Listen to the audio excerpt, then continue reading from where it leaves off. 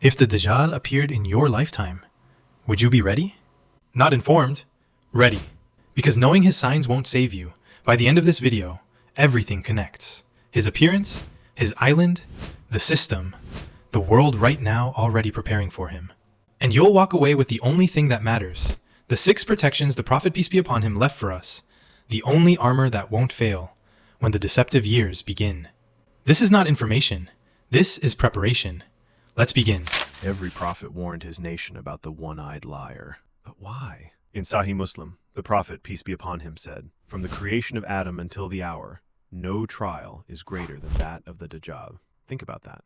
Not even Iblis himself was given this level of warning, because the Dajjal's deception is not external, it's internal. The Prophet, peace be upon him, said, "Shall I not tell you something about the Dajjal that no prophet before me told his nation?" He then gave us everything: his face, his island, his miracles, his end, his right eye, blind, protruding, like a swollen grape floating on still water, his left eye, flat, neither deep nor raised, both eyes defective, and between them, 3 letters burned into his forehead: Kaf, Fa, Ra, Kafir, written where every believer can see it, literate or not. His body, reddish complexion, short stature, thick curly hair, a bulky head. The Prophet, peace be upon him, said, "He is one-eyed, and your Lord is not one-eyed." When Dajjal claims divinity, his own body refutes him. Allah is perfect in form. A being with 2 defective eyes cannot be God. He will arrive in a world already broken. 3 years without proper rain. The first year, the sky withholds 1/3 of its rain. The second year, 2/3. The third year, everything. Not one drop, not one green blade. Imagine it's been 3 years since you last saw a full plate of food. Your children look at you with sunken eyes, asking why their stomachs won't stop hurting. And for the first time in your life, you have no answer. Then word spreads, he is here. He commands the sky, and it rains. He commands the earth, and its treasures rise, like bees following their queen, gold emerging from cracked ground. Those who believe in him, their animals return healthy, milk overflowing. Those who reject him, by morning, they have nothing. The rain falls on your face.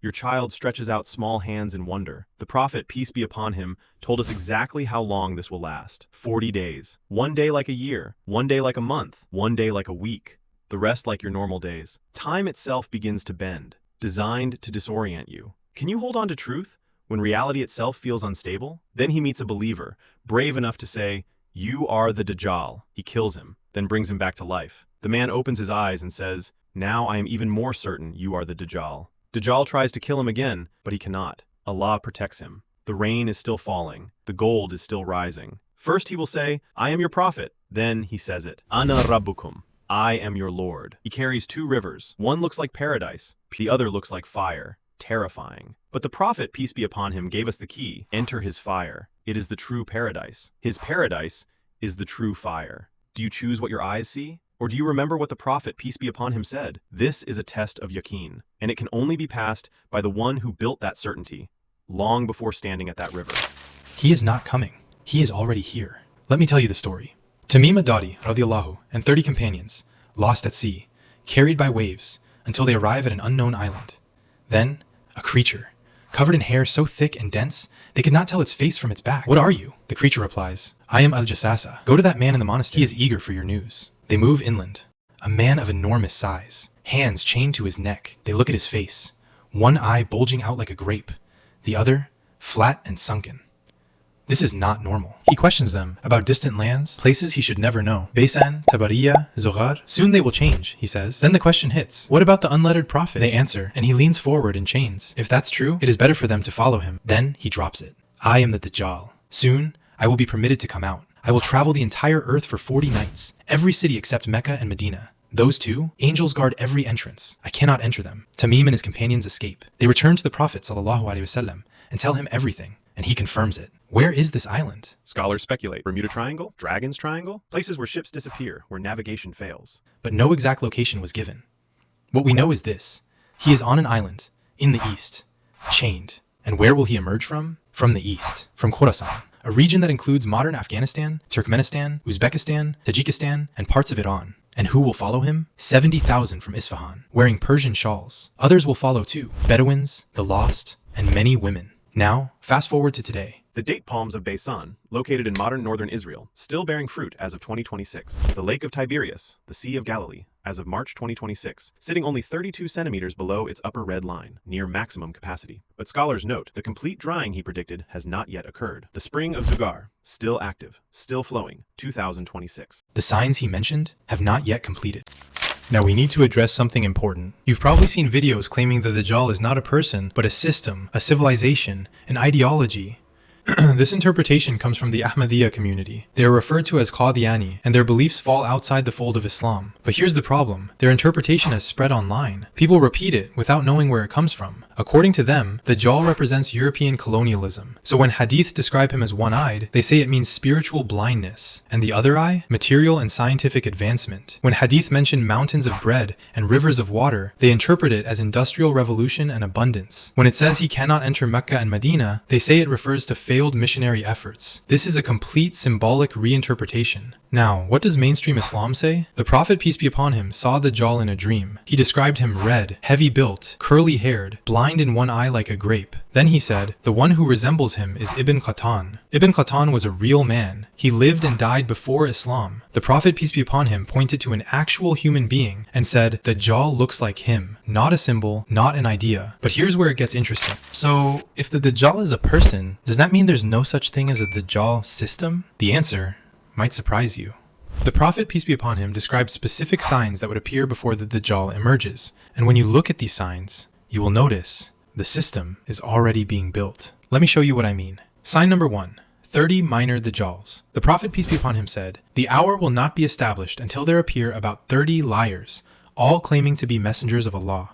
Think about it. How many false prophets have we already seen? Qadiani in India, Nation of Islam in America, cult leaders across the world. The list is long. Sign number 2. Knowledge will be taken away. The Prophet, peace be upon him, warned that knowledge would be taken away, removed from hearts, through the death of scholars, through distraction, through algorithms that feed you entertainment while your soul starves. When was the last time you truly learned your deen? Not watched, not liked, learned. Sign number 3. Time will pass quickly. The Prophet, peace be upon him, said time would speed up. You blink, and it's 2026. Sign number 4. Killing will increase. Muslims killing Muslims. Nations collapsing. Children buried under rubble. Sign number 5. Wealth will be abundant. Wealth increases, but satisfaction disappears. Sign number 6. Competition in buildings. Dubai, Kuala Lumpur, Riyadh. Skyscrapers piercing clouds while hearts sink into darkness. Sign number 7. Euphrates and the mountain of gold. The Prophet, peace be upon him, said the Euphrates would reveal a mountain of gold, and today the river is visibly drying. Step by step,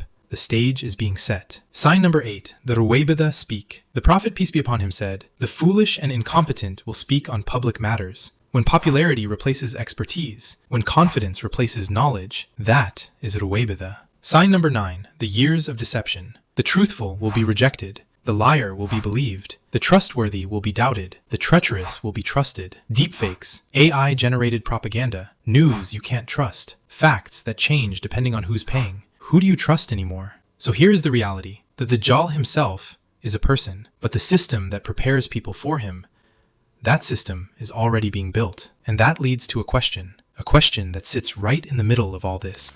Are the Illuminati and Freemasons the secret army of the Dajjal? Scholars have addressed this carefully. For example, Buya Yahya explains, movements like Freemasonry or Illuminati are outside Islamic teachings, but we don't need to directly connect them to the Dajjal. Their existence as corrupt or problematic influences does not automatically make them part of his system. At the same time, he adds a subtle point. If someone says these groups could be part of a broader army, meaning they spread corruption and deception, not completely impossible, because anyone who spreads fasad contributes to the larger fitnah. So where does that leave us? Yes, Freemasonry and the historical Illuminati are real. Yes, their symbols may resemble things people associate with hadith. Yes, they promote ideas outside Islamic teachings. And yes, they could be part of a wider environment of corruption. But no authentic hadith names them specifically. Claiming they are the army of Dajjal is speculation, not established Islamic knowledge. So the question is not, can I identify every agent of Dajjal? The real question is, have I built the defenses the Prophet, peace be upon him, gave me? He gave us a complete protection system. 6 ways. Let me walk you through them. Protection number 1, item, knowledge. You just watched this video. That is knowledge. Knowledge is your first shield. You cannot resist what you do not recognize. Protection number 2, Iman, faith, is your faith in what the Prophet, peace be upon him, told you, even though you haven't seen it. That faith itself is protection. Protection number 3, dua, supplication. The Prophet, peace be upon him, taught us a dua to read in every prayer. Allahumma inni a'udhu bika min adhabi jahannam wa min adhab al-qabr wa min fitnati al-mahya wal-mamat wa min sharri fitnati al-masih ad-dajjal. 5 times a day. After the final tashahhud, before taslim. How many of your prayers today included it? Protection number 4, Quran, Surah Al-Kahf. This is a specific shield. The Prophet, peace be upon him, said, whoever memorizes the first 10 verses of Surah Al-Kahf will be protected from the Dajjal. In another narration,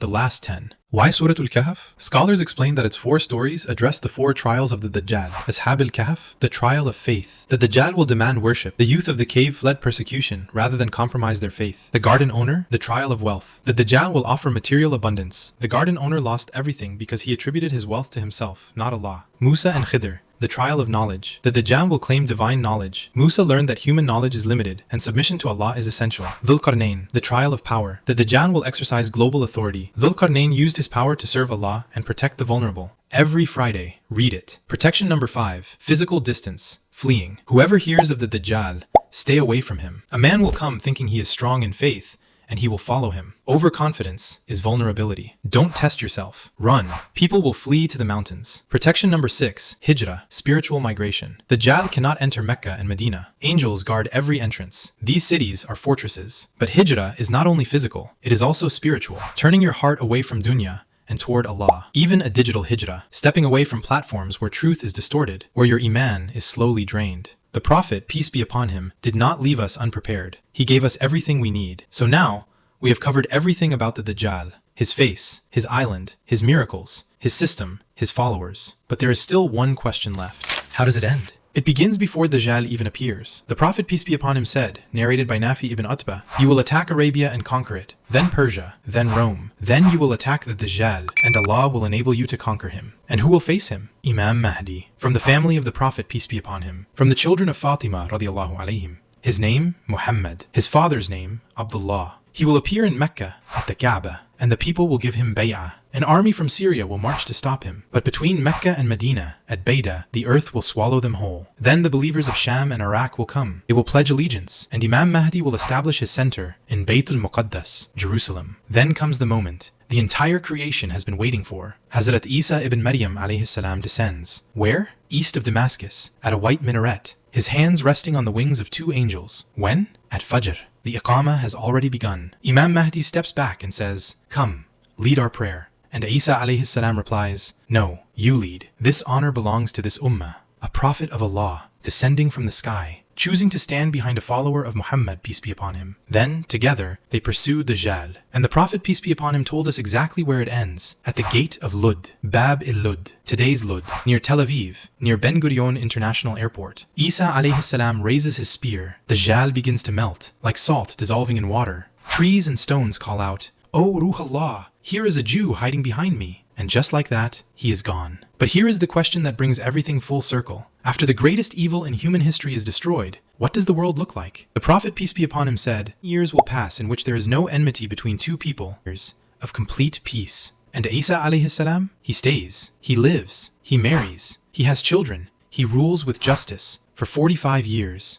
And when his time comes, he is buried in Medina, next to the Prophet, peace be upon him, next to Abu Bakr radiallahu alayhim, next to Omar, 2 prophets, side by side, until the day they are raised again. Is that not the most beautiful ending to the most terrifying story ever told? Like this. If you want more knowledge-packed videos on Islam, comment below which topic you want me to cover next, or if you still have any questions.